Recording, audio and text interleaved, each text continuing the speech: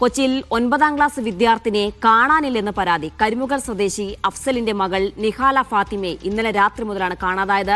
കരിമുകൾ ജംഗ്ഷനിലൂടെ വിദ്യാർത്ഥി നടന്നു പോകുന്ന CCTV ദൃശ്യങ്ങൾ പുറത്തു വന്നിട്ടുണ്ട്.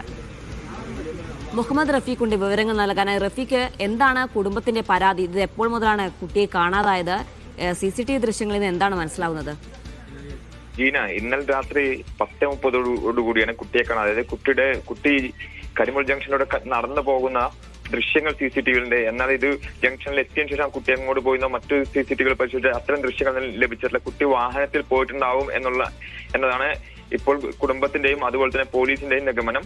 പോലീസ് അന്വേഷണം ആരംഭിച്ചിട്ടുണ്ട്. കുട്ടിയുടെ പുറകിൽ കുട്ടി നടന്നു പോകുമ്പോൾ കൂടെ ഒരു ബാഗ് ഉണ്ട്. അപ്പോൾ കുട്ടി വീട്ടിൽ നിന്ന് ഇറങ്ങിപ്പോയതാണ് എന്നുള്ള സംശയമാണുള്ളത്. ഇതിന് പിന്നിൽ മറ്റെന്തെങ്കിലും വിഷയങ്ങളുണ്ടോ എന്നുള്ളതടക്കം പോലീസ് അന്വേഷിക്കുന്നുണ്ട്. ശരി റഫീഖ്.